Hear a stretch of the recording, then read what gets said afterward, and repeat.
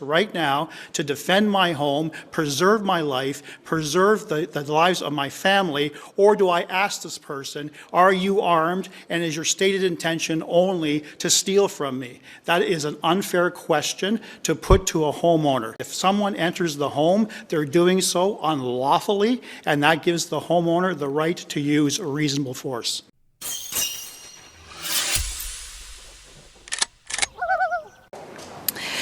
So this morning I had the opportunity to introduce the Stand on Guard Act, which is my first private member's bill.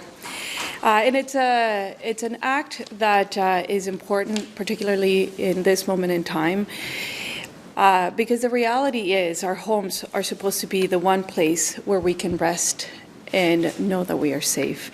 But across Canada, home invasions are rising, and too many Canadians are living in fear inside their homes. And we have all done it. We walk through the house at night, checking the doors and listening for creaks in the halls. But for too many Canadians, this fear becomes real when intruders break into their homes. Yet, when they defend themselves from criminals who terrorize our neighborhoods, Canadians are forced through long and costly trials just to defend themselves, and no one should be dragged through this process for acting in self-defense. This bill makes important changes to Section 34 of the Criminal Code so that the force is presumed to be justified if used against an illegal intruder when the intruder knowingly and unlawfully enters your home.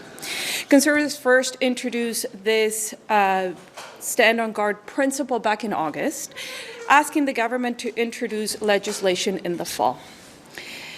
While they did not take us up on our offer, the government still has a chance to keep Canadians safe. And so we call on the Liberals and all members of Parliament to support this bill, because your home should be your home, your safe place, not the place where the law turns against you for protecting the people you love.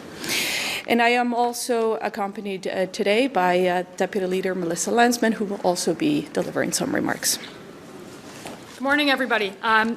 Sandra and I are from a region in the GTA that has seen a massive increase in crime right across the board. And across the country, Canadians are increasingly worried about their safety. We hear about it on an almost daily basis. Violent crime is up 55%, gun crime 130%, and extortion up 330% since the Liberals took office in 2015. And things are worse today than they were certainly yesterday. And at the same time, we've seen cases where victims of home invasions have faced years of legal battles simply for protecting themselves. We brought this forward in the last campaign with the incredible work of Larry Brock, our critic on this, and we want to clarify the law so that when somebody unlawfully breaks into your home and threatens your family, the law is on the side of the innocent. So I look forward to all members of Parliament certainly debating this bill and supporting this bill so that Canadians can protect themselves, and we can finally see crime. We can finally see crime reduced in our cities with how we've been pushing the government on many other bills. Questions about the new C2 or the new version of the lawful access bill. What concerns did you have about the initial one that you're hoping to see the government address when they present their new legislation? The original drafting of C2 was so broadly worded that it actually encroached upon privacy rights. So we appreciate law enforcement's need to access certain documentation, certain electronic devices.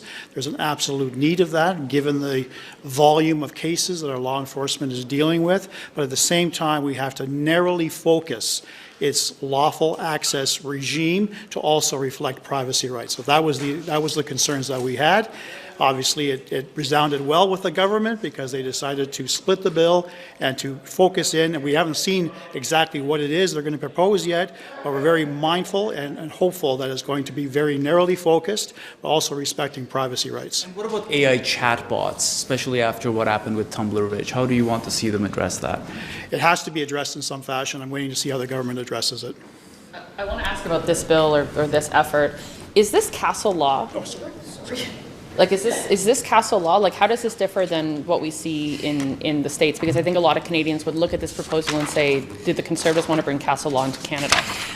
No, I mean, self-defense is already in part of the criminal code in Canada.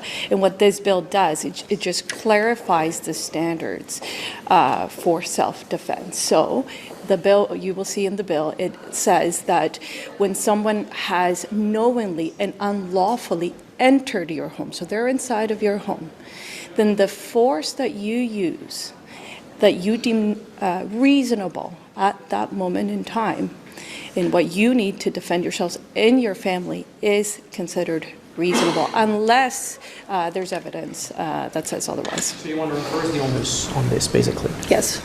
Explain to us how it would work. Well, right now, the onus is on the homeowner, and that's why you see costly legal battles where they have to defend themselves, again, just to prove that they were acting reasonably in self-defense. As a mother, if there's an intruder coming into my house, I don't want to have to think twice to defend my little girls and my little boy.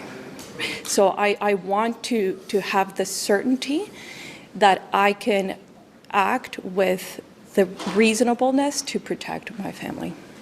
Crime and from the Toronto area. If I'm looking at the 2025 numbers from the Toronto Police itself, it says break and enter is down 11% in 2025 versus 2024. So I don't understand what then, I understand what you're trying to do, but I don't understand why you justify it by saying there is a raise in violent crime when the Toronto Police says it's been decreasing year over year. Mm-hmm. So, I mean, the statistics that we're looking at are longer term because you're looking at trends. So if we look at the statistics from 2015, then we see 55% increase in violent crime, 130% on gun crime, and 330% on extortion. So. Yeah, you're looking at trends, yes. And when I speak to police officers, quite frankly, over the last several years, they tell me that because there is no real deterrent for criminals, they do in fact see the types of crimes becoming more and more violent over time. So just to be clear, so just with this, well, I have another question after that. Just to be clear in this, if somebody enters a home and they are unarmed, and a homeowner fears and they are armed and then shoots and kills the person who's entered their home unarmed, this would protect them? do I take that actually? Because The question being that if a person enters the home unarmed, but the homeowner themselves Okay. is armed and they say, oh my gosh, someone's in Okay. my home, this is scary, I shoot and kill them. So- even though the perpetrator who entered their home unlawfully is unarmed, would this protect them and that would be seen as reasonable? I reject some of the premise of that question because you're presupposing that the homeowner knows that this intruder is unarmed. A lot of these people conceal weapons on them when they enter the home and only produce these weapons, knives, guns, all kinds of violent weapons can be produced if there is opposition to their stated intention. They're entering a home, presumably to steal an item of some value. A homeowner doesn't know that. A homeowner being awoken in the middle of the night has to make a split-second decision. Do I take active steps right now to defend my home, preserve my life, preserve the lives of my family, or do I ask this person, are you armed, and is your stated intention only to steal from me? That is an unfair question to put to a homeowner. This particular law will decide that if someone enters the home, they're doing so unlawfully, and that gives the homeowner the right to use reasonable force.